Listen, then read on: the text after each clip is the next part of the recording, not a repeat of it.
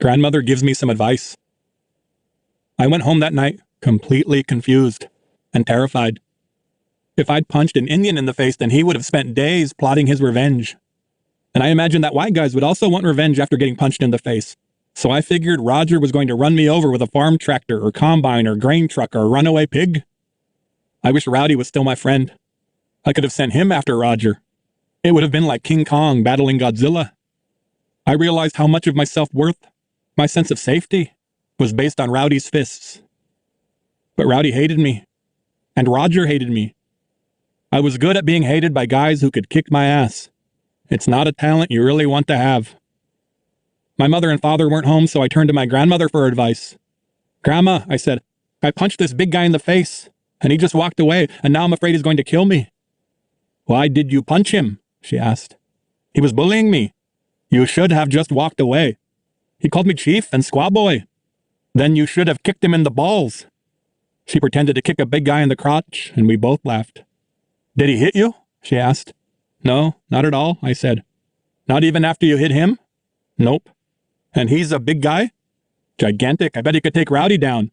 Wow, she said. It's strange, isn't it? I asked. What does it mean? Grandma thought hard for a while. I think it means he respects you, she said. Respect? No way. Yes way. You see, you men and boys are like packs of wild dogs. This giant boy is the alpha male of the school, and you're the new dog. So he pushed you around a bit to see how tough you are. But I'm not tough at all, I said.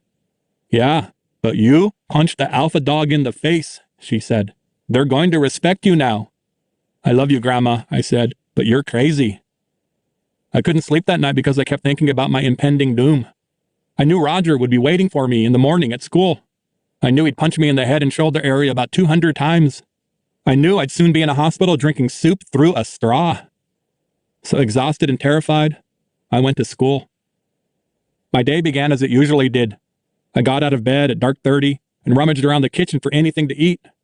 All I could find was a package of orange fruit drink mix. So I made a gallon of that and drank it all down. Then I went into the bedroom and asked Mom and Dad if they were driving me to school. Don't have enough gas, Dad said, and went back to sleep. Great, I'd have to walk. So I put on my shoes and coat and started down the highway. I got lucky because my dad's best friend Eugene just happened to be heading to Spokane. Eugene was a good guy and like an uncle to me, but he was drunk all the time. Not stinky drunk, just drunk enough to be drunk. He was a funny and kind drunk, always wanting to laugh and hug you and sing songs and dance. Funny how the saddest guys can be happy drunks. Hey, Junior, he said, hop on my pony, man. So I hopped onto the back of Eugene's bike and off we went, barely in control. I just closed my eyes and held on. And pretty soon, Eugene got me to school. We pulled up in front and a lot of my classmates just stared. I mean, Eugene had braids down to his butt for one, and neither of us wore helmets for the other. I suppose we looked dangerous. Man, he said, there's a lot of white people here. Yeah. You doing all right with them? I don't know. I guess. It's pretty cool you doing this, he said. You think? Yeah, man, I could never do it. I'm a wuss. Wow, I felt proud. Thanks for the ride, I said. You bet, Eugene said. He laughed and buzzed away. I walked up to the school and tried to ignore the stares of my classmates. And then I saw Roger walk out the front door. Man, I was going to have to fight. Shit, my whole life is a fight. Hey, Roger said. Hey, I said. Who was that on the bike? He asked. Oh, that was my dad's best friend. That was a cool bike, he said. Vintage. Yeah, he just got it. You ride with him a lot? Yes, I said. I lied. Cool, Roger said. Yeah, cool, I said. All right then, he said. I'll see you around. And then he walked away. Wow, he didn't kick my ass. He was actually nice.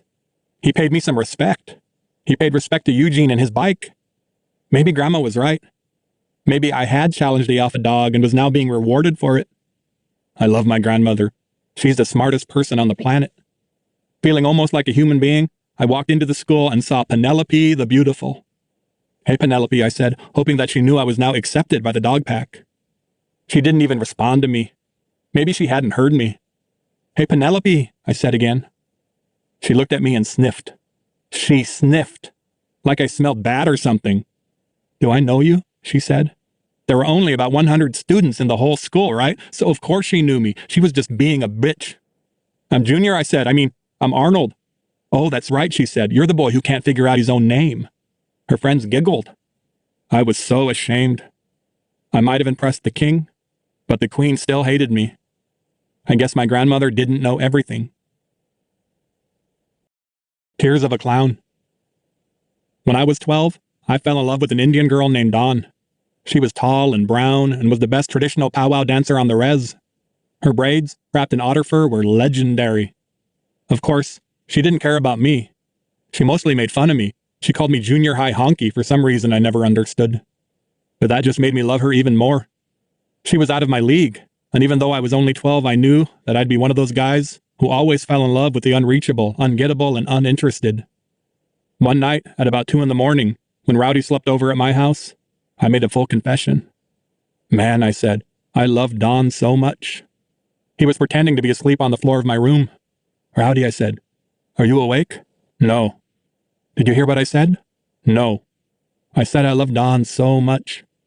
He was quiet. Aren't you going to say anything? I asked. About what? About what I just said. I didn't hear you say anything. He was just screwing with me. Come on, Rowdy, I'm trying to tell you something major. You're just being stupid, he said. What's so stupid about it?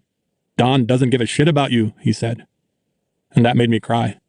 Man, I've always cried too easily. I cry when I'm happy or sad. I cry when I'm angry. I cry because I'm crying. It's weak. It's the opposite of warrior. Quit crying, Rowdy said. I can't help it, I said. I love her more than I've ever loved anybody. Yeah, I was quite the dramatic 12-year-old. Please, Rowdy said, stop that bawling, okay? Okay, I said, I'm sorry. I wiped my face with one of my pillows and threw it across the room. Jesus, you're a wimp, Rowdy said. Just don't tell anybody I cried about Dawn, I said. Have I ever told anybody your secrets? Rowdy asked. No. Okay then, I won't tell anybody you cried over a dumb girl. And he didn't tell anybody. Rowdy was my secret keeper. Halloween. At school today, I went dressed as a homeless dude. It was a pretty easy costume for me. There's not much difference between my good and bad clothes, so I pretty much look half homeless anyway. And Penelope went dressed as a homeless woman. Of course, she was the most beautiful homeless woman who ever lived. We made a cute couple. Of course, we weren't a couple at all, but I still found the need to comment on our common taste. Hey, I said, we have the same costume. I thought she was just going to sniff at me again, but she almost smiled. You have a good costume, Penelope said. You look really homeless. Thank you, I said. You look really cute. I'm not trying to be cute, she said. I'm wearing this to protest the treatment of homeless people in this country. I'm going to ask for only spare change tonight instead of candy, and I'm going to give it all to the homeless. I didn't understand how wearing a Halloween costume could become a political statement, but I admired her commitment. I wanted her to admire my commitment too, so I lied. Well, I said, I'm wearing this to protest the treatment of homeless Native Americans in this country. Oh, she said, I guess that's pretty cool. Yeah, that spare change thing is a good idea. I think I might do that too. Of course, after school I'd be trick-or-treating on the res, so I wouldn't collect as much spare change as Penelope would in Reardon. Hey, I said, why don't we pool our money tomorrow and send it together? We'd be able to give twice as much. Penelope stared at me. She studied me. I think she was trying to figure out if I was serious. Are you for real? She asked. Yes, I said. Well, okay, she said. It's a deal. Cool, I said. So later that night I went out trick-or-treating on the res. It was a pretty stupid idea, I guess. I was probably too old to be trick-or-treating, even if I was asking for spare change for the homeless. Oh, plenty of people were happy to give me spare change, and more than a few of them gave me candy and spare change. And my dad was home and sober, and he gave me $1. He was almost always home and sober and generous on Halloween. A few folks, especially the grandmothers, thought I was a brave little dude for going to a white school. But there were a lot more people who just called me names and slammed the door in my face. And I didn't even consider what other kids might do to me. About 10 o'clock, as I was walking home, 3 guys jumped me. I couldn't tell who they were. They all wore Frankenstein masks. And they shoved me to the ground and kicked me a few times. And spit on me. I could handle the kicks. But the spit made me feel like an insect. Like a slug. Like a slug burning to death from salty spit. They didn't beat me up too bad. I could tell they didn't want to put me in the hospital or anything. Mostly, they just wanted to remind me that I was a traitor. And they wanted to steal my candy and the money. It wasn't much. Maybe $10 in coins and dollar bills. But that money and the idea of giving it to poor people had made me feel pretty good about myself. I was a poor kid raising money for other poor people. It made me feel almost honorable. But I just felt stupid and naive after those guys took off. I lay there in the dirt and remembered how Rowdy and I used to trick-or-treat together. We'd always wear the same costume, and I knew that if I'd been with him, I never would have gotten assaulted. And then I wondered if Rowdy was one of the guys who just beat me up. Damn, that would be awful. But I couldn't believe it. I wouldn't believe it. No matter how much he hated me, Rowdy would never hurt me that way. Never. At least, I hope he'd never hurt me. The next morning, at school, I walked up to Penelope and showed her my empty hands. "I'm sorry," I said. "Sorry for what?" she asked. "I raised money last night, but then some guys attacked me and stole it." "Oh my God, are you okay?" "Yeah, they just kicked me a few times." "Oh my God, where did they kick you?" I lifted up my shirt and showed her the bruises on my belly and ribs and back. "That's terrible. Did you see a doctor?" "Oh, they're not so bad," I said.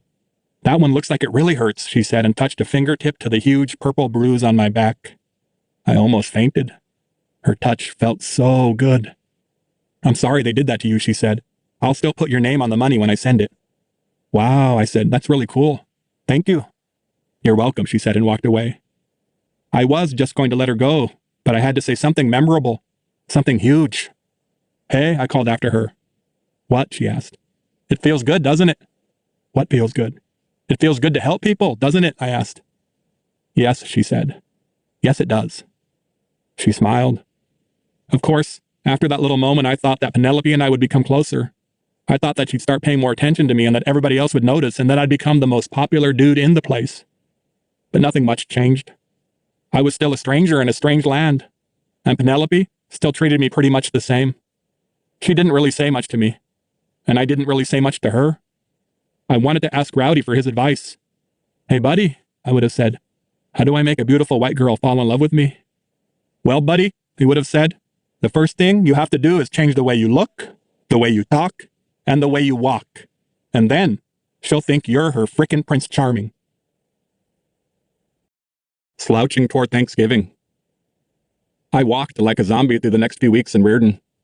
Well, no, that's not exactly the right description. I mean, if I'd been walking around like a zombie, I might have been scary. So no, I wasn't a zombie, not at all, because you can't ignore a zombie. So that made me, well, it made me nothing. Zero.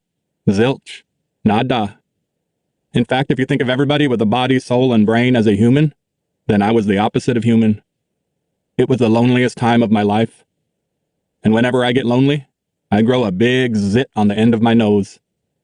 If things didn't get better soon, I was going to turn into one giant walking, talking zit. A strange thing was happening to me. Zitty and lonely, I woke up on the reservation as an Indian, and somewhere on the road to Reardon, I became something less than Indian. And once I arrived at Reardon, I became something less than Indian. Those white kids did not talk to me. They barely looked at me. Well, Roger would nod his head at me, but he didn't socialize with me or anything. I wondered if maybe I should punch everybody in the face. Maybe they'd all pay attention to me then. I just walked from class to class alone. I sat at lunch alone. During PE, I stood in the corner of the gym and played catch with myself. Just tossed a basketball up and down, up and down, up and down. And I know you're thinking, "Okay, Mr. Sad Sack, how many ways are you going to tell us how depressed you were?" And okay, maybe I'm overstating my case. Maybe I'm exaggerating. So let me tell you a few good things that I discovered during that awful time. First of all, I learned that I was smarter than most of those white kids. Oh, there were a couple girls and one boy who were little Einsteins, and there was no way I'd ever be smarter than them. But I was way smarter than 99% of the others. And not just smart for an Indian, okay? I was smart, period. Let me give you an example. In geology class, the teacher, Mr. Dodge, was talking about the petrified wood forest near George Washington on the Columbia River, and how it was pretty amazing that wood could turn into rock. I raised my hand. "Yes, Arnold," Mr. Dodge said. He was surprised. That was the first time I'd raised my hand in his class. I said. Yeah, I was so articulate. "Spit it out," Dodge said. "Well," I said, "petrified wood is not wood." My classmates stared at me. They couldn't believe that I was contradicting a teacher. "If it's not wood," Dodge said, Then why do they call it wood? I don't know, I said. I didn't name the stuff, but I know how it works. Dodge's face was red, hot red. I'd never seen an Indian look that red, so why do they call us the Redskins? Okay, Arnold, if you're so smart, Dodge said, then tell us how it works. Well, what happens is, when you have wood that's buried under dirt, then minerals and stuff sort of, soak into the wood. They, kind of melt the wood and the glue that holds the wood together. And then the minerals sort of take the place of the wood and the glue. I mean, the minerals keep the same shape as the wood. Like, if the minerals took all the wood and glue out of a tree, then the tree would still be a tree, sort of, but it would be a tree made out of minerals. So, you see, the wood has not turned into rocks. The rocks have replaced the wood. Dodge stared hard at me. He was dangerously angry. Okay, Arnold, Dodge said. Where did you learn this fact? On the reservation? Yes, we all know there's so much amazing science on the reservation. My classmates snickered. They pointed their fingers at me and giggled. Except for one, Gordy, the class genius. He raised his hand. Gordy, Dodge said, all happy and relieved and stuff. I'm sure you can tell us the truth. Actually, Gordy said, Arnold is right about petrified wood. That's what happens. Dodge suddenly went all pale. Yep, from blood red to snow white in about 2 seconds. If Gordy said it was true, then it was true. And even Dodge knew that. Mr. Dodge wasn't even a real science teacher. That's what happens in small schools, you know. Sometimes you don't have enough money to hire a real science teacher. Sometimes you have an old real science teacher who retires or quits or leaves you without a replacement. And if you don't have a real science teacher, then you pick one of the other teachers and make him the science teacher. And that's why small-town kids sometimes don't know the truth about petrified wood. Well, isn't that interesting, the fake science teacher said. Thank you for sharing that with us, Gordy. Yeah, that's right. Mr. Dodge thanked Gordy, but didn't say another word to me. Yep, now even the teachers were treating me like an idiot. I shrank back into my chair and remembered when I used to be a human being. I remember when people used to think I was smart. I remember when people used to think my brain was useful. Damaged by water, sure, and ready to seizure at any moment, but still useful, and maybe even a little bit beautiful, and sacred, and magical. After class, I caught up to Gordy in the hallway. Hey, Gordy, I said, thanks. Thanks for what? He said. Thanks for sticking up for me back there, for telling Dodge the truth. I didn't do it for you, Gordy said. I did it for science. He walked away. I stood there and waited for the rocks to replace my bones and blood. I rode the bus home that night. Well, no. I rode the bus to the end of the line, which was the reservation border. And there I waited. My dad was supposed to pick me up, but he wasn't sure if he'd have enough gas money, especially if he was going to stop at the Res Casino and play slot machines first. I waited for 30 minutes. Exactly. Then I started walking. Getting to school was always an adventure. After school, I'd ride the bus to the end of the line and wait for my folks. If they didn't come, I'd start walking, hitchhiking in the opposite direction. Somebody was usually heading back home to the res, so I'd usually catch a ride. 3 times I had to walk the whole way home. 22 miles. I got blisters each time. Anyway, after my petrified wood day, I caught a ride with a Bureau of Indian Affairs white guy and he dropped me off right in front of my house. I walked inside and saw that my mother was crying. I often walked inside to find my mother crying. What's wrong? I asked. It's your sister, she said. Did she run away again? She got married. Wow, I was freaked. But my mother and father were absolutely freaked. Indian families stick together like Gorilla Glue, the strongest adhesive in the world. My mother and father both lived within 2 miles of where they were born, and my grandmother lived 1 mile from where she was born.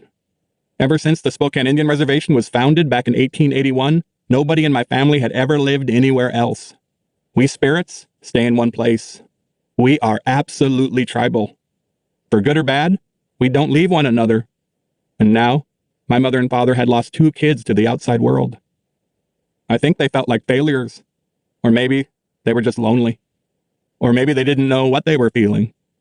I didn't know what to feel. Who could understand my sister? After 7 years of living in the basement and watching TV, after doing absolutely nothing at all, my sister decided she needed to change her life. I guess I'd kind of shamed her. If I was brave enough to go to Reardon, then she'd be brave enough to marry a Flathead Indian and move to Montana. Where'd she meet this guy? I asked my mother. At the casino, she said. Your sister said he was a good poker player. I guess he travels to all the Indian casinos in the country. She married him because he plays cards? She said he wasn't afraid to gamble everything, and that's the kind of man she wanted to spend her life with. I couldn't believe it. My sister married a guy for a damn silly reason. But I suppose people often get married for damn silly reasons. Is he good looking? I asked. He's actually kind of ugly, my mother said. He has this hook nose and his eyes are way different sizes. Damn, my sister had married a lopsided eagle-nosed nomadic poker player. It made me feel smaller. I thought I was pretty tough, but I'd just have to dodge dirty looks from white kids while my sister would be dodging gunfire in beautiful Montana. Those Montana Indians were so tough that white people were scared of them. Can you imagine a place where white people are scared of Indians and not the other way around? That's Montana. And my sister had married one of those crazy Indians. She didn't even tell her parents or grandmother or me before she left. She called Mom from St. Ignatius, Montana, on the Flathead Indian Reservation and said, Hey, Mom, I'm a married woman now. I want to have 10 babies and live here forever and ever. How weird is that? It's almost romantic. And then I realized that my sister was trying to live a romance novel. Man, that takes courage and imagination. Well, it also took some degree of mental illness too. But I was suddenly happy for her. And a little scared. Well, a lot scared. She was trying to live out her dream. We should have all been delirious that she'd moved out of the basement. We'd been trying to get her out of there for years. Of course, my mother and father would have been happy if she'd just gotten a part-time job at the post office or trading post and maybe just moved into an upstairs bedroom in our house. But I just kept thinking that my sister's spirit hadn't been killed. She hadn't given up. This reservation had tried to suffocate her, had kept her trapped in a basement, and now she was out roaming the huge grassy fields of Montana. How cool. I felt inspired. Of course, my parents and grandmother were in shock. They thought my sister and I were going absolutely crazy. But I thought we were being warriors, you know? And a warrior isn't afraid of confrontation. So I went to school the next day and walked right up to Gordy the genius white boy. Gordy, I said, I need to talk to you. I don't have time, he said. Mr. Orcutt and I have to debug some PCs. Don't you hate PCs? They are sickly and fragile and vulnerable to viruses. PCs are like French people living during the bubonic plague. Wow. And people thought I was a freak. I much prefer Macs, don't you? He asked.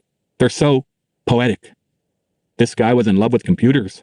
I wondered if he was secretly writing a romance about a skinny white boy genius who was having sex with a half-breed Apple computer. Computers are computers, I said. One or the other, it's all the same.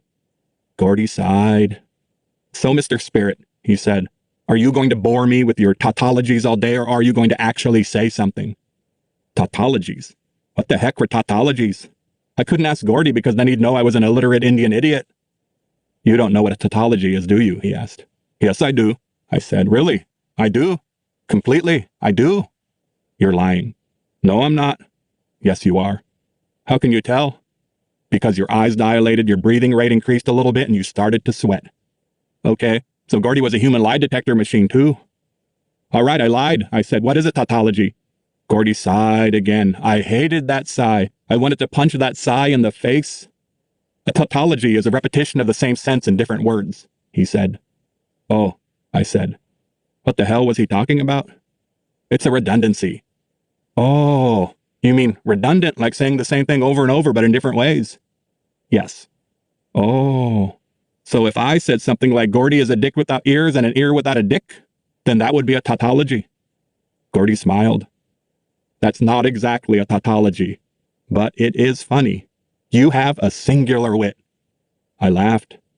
Gordy laughed too, but then he realized that I wasn't laughing with him. I was laughing at him. What's so funny? He asked. I can't believe you said singular wit. That sounds like frickin' British or something. Well, I am a bit of an Anglophile. An Anglophile? What's an Anglophile? It's someone who loves Mother England. God, this kid was an 80-year-old literature professor trapped in the body of a 15-year-old farm boy. Listen, Gordy, I said, I know you're a genius and all, but you are one weird dude. I'm quite aware of my differences.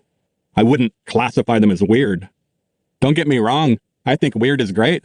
I mean, if you look at all the great people in history, Einstein, Michelangelo, Emily Dickinson, then you're looking at a bunch of weird people. I'm going to be late for class, Gordy said. You're going to be late for class. Perhaps you should, as they say, cut to the chase. I looked at Gordy. He was a big kid, actually. Strong from bucking bales and driving trucks. He was probably the strongest geek in the world. I want to be your friend, I said. Excuse me? He asked. I want us to be friends, I said. Gordy stepped back. I assure you, he said, I am not a homosexual. Oh no, I said. I don't want to be friends that way. I just meant regular friends. I mean, you and I, we have a lot in common. Gordy studied me now. I was an Indian kid from the reservation. I was lonely and sad and isolated and terrified, just like Gordy. And so we did become friends, not the best of friends, not like Rowdy and me. We didn't share secrets or dreams. No, we studied together. Gordy taught me how to study. Best of all, he taught me how to read. Listen, he said one afternoon in the library, you have to read a book 3 times before you know it.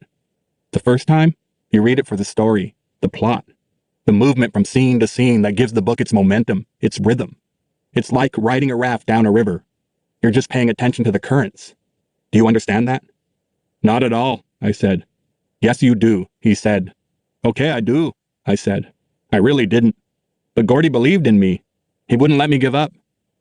The second time you read a book, you read it for its history, for its knowledge of history. You think about the meaning of each word and where that word came from. I mean, you read a novel that has the word spam in it, and you know where that word comes from, right? Spam is junk email, I said. Yes, that's what it is. But who invented the word? Who first used it? And how has the meaning of the word changed since it was first used? I don't know, I said. Well, you have to look all that up. If you don't treat each word that seriously, then you're not treating the novel seriously. I thought about my sister in Montana. Maybe romance novels were absolutely serious business. My sister certainly thought they were. I suddenly understood that if every moment of a book should be taken seriously, then every moment of a life should be taken seriously as well. I draw cartoons, I said. What's your point? Gordy asked. I take them seriously. I use them to understand the world. I use them to make fun of the world, to make fun of people, and sometimes I draw people because they're my friends and family, and I want to honor them. So you take your cartoons as seriously as you take books. Yeah, I do, I said. That's kind of pathetic, isn't it? No, not at all, Gordy said. If you're good at it, and you love it, and it helps you navigate the river of the world, then it can't be wrong. Wow, this dude was a poet. My cartoons weren't just good for giggles. They were also good for poetry. Funny poetry, but poetry nonetheless. It was seriously funny stuff. But don't take anything too seriously either, Gordy said. The little dork could read minds too. He was like some kind of Star Wars alien creature with invisible tentacles that sucked your thoughts out of your brain. You read a book for the story, for each of its words, Gordy said, and you draw your cartoons for the story, for each of the words and images. And yeah, you need to take that seriously. But you should also read and draw because really good books and cartoons give you a boner. I was shocked. Did you just say books should give me a boner? Yes, I did. Are you serious? Yeah. Don't you get excited about books? I don't think you're supposed to get that excited about books. You should get a boner. You have to get a boner, Gordy shouted. Come on. We ran into the Reardon High School library. Look at all these books, he said. There aren't that many, I said. It was a small library in a small high school in a small town. There are 3,412 books here, Gordy said. I know that because I counted them. Okay, now you're officially a freak, I said. Yes, it's a small library. It's a tiny one. But if you read one of these books a day, it would still take you almost 10 years to finish. What's your point? The world, even the smallest parts of it, is filled with things you don't know. Wow. That was a huge idea. Any town, even one as small as Reardon, was a place of mystery. And that meant that Welpinit, that smaller Indian town, was also a place of mystery. Okay, so it's like each of these books is a mystery. Every book is a mystery. And if you read all the books ever written, it's like you've read one giant mystery. And no matter how much you learn, you just keep on learning. There is so much more you need to learn. Yes, yes, yes, yes, Gordy said. Now doesn't that give you a boner? I am rock hard, I said. Gordy blushed. Well, I don't mean boner in the sexual sense, Gordy said. I don't think you should run through life with a real erect penis, but you should approach each book. You should approach life with the real possibility that you might get a metaphorical boner at any point. A metaphorical boner, I shouted. What the heck is a metaphorical boner? Gordy laughed. When I say boner, I really mean joy, he said. Then why didn't you say joy? You didn't have to say boner. Whenever I think about boners, I get confused. Boner is funnier and more joyful. Gordy and I laughed. He was an extremely weird dude, but he was the smartest person I'd ever known. He would always be the smartest person I'd ever known. And he certainly helped me through school.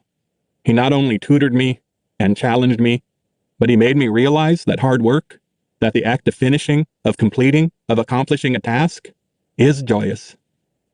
In Welpinit, I was a freak because I loved books. In Reardon, I was a joyous freak. And my sister, she was a traveling freak. We were the freakiest brother and sister in history. My sister sends me an email. From Mary, sent Thursday, November 16th, 2006, 4:41 p.m. To Junior. Subject, hi. Dear Junior, I love it here in Montana. It's beautiful. Yesterday I rode a horse for the first time. Indians still ride horses in Montana. I'm still looking for a job. I've sent applications to all the restaurants on the reservation. Yep, the Flathead Res has about 20 restaurants. It's weird. They have 6 or 7 towns, too. Can you believe that? That's a lot of towns for one res. And you know what's